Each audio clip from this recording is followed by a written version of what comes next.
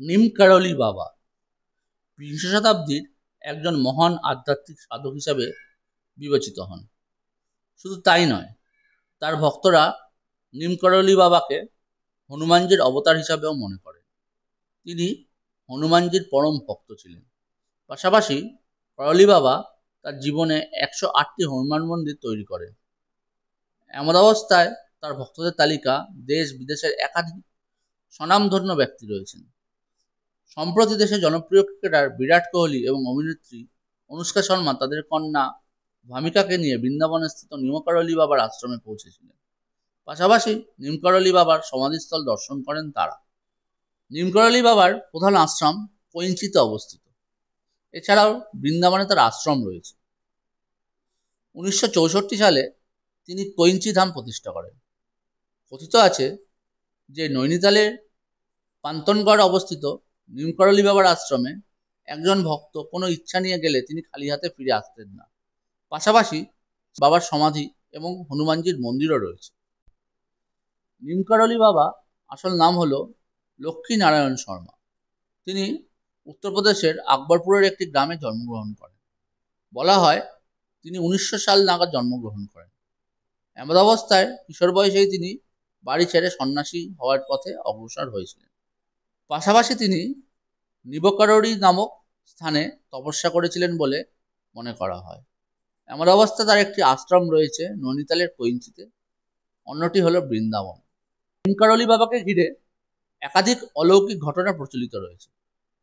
তার ভক্তরা এই ঘটনাগুলির বিবরণ দেন। জানা গেছে একবার তার ভাণ্ডারে ঘি কম ছিল।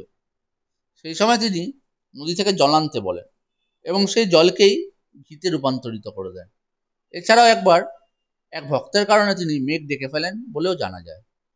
এমন অবস্থায় তার জীবনের অলৌকিক এই ঘটনা নিয়েও বইও লেখা হয়েছে, যেটির নাম হলো মিরাকেল অফ লাভ। তার ভক্তদের তালিকায় রয়েছে মার্ক জুকেনবার্গ ও সহ একাধিক বিদেশি তারকা। প্রসঙ্গত উল্লেখ্য যে নিমকরলি বাবা যে শুধুমাত্র ভারতেই জনপ্রিয় কিন্তু তা নয়, বরং তার প্রচুর বিদেশি ভক্তও রয়েছে। তাদের মধ্যে জনপ্রিয় হলিউড অভিনেত্রী জুলিয়া রবার্টস, আমেরিকার বিজনেস টাইকুন তথা অ্যাপেলের মালিক স্টিভ জবস এবং মেটার কর্ণধার মার্ক জুকেলবার্গের মতো ব্যক্তিরা। তারা সবাই কৈঞ্চি ধামে গিয়ে বাবার সমাধি দর্শন করেছেন। জানা গেছে জুকেনবার্গ যখন ফেসবুক বিক্রির প্রসঙ্গে বিভ্রান্ত পর্যায়ে ছিলেন, তখন স্টিভ জবস জুকেনবার্গকে করলি বাবার আশ্রমে যাওয়ার পরামর্শ দিয়েছিলেন। শুধু তাই নয়, বলা হয় যে স্টিভ জবস নাকি এখান থেকেই অ্যাপেলের লোগোর ধারণা পেয়েছিলেন। উল্লেখ্য যে নিমকরলি বাবা আপেল খুব পছন্দ করতেন, আর এই কারণে স্টিভ তার কোম্পানির লোগোতে একটি কামড় দেওয়া আপেলকেই নাকি লোগো হিসাবে বেছে নেন। এই হলো নিমকরলি বাবার অলৌকিক ক্ষমতার উদাহরণ।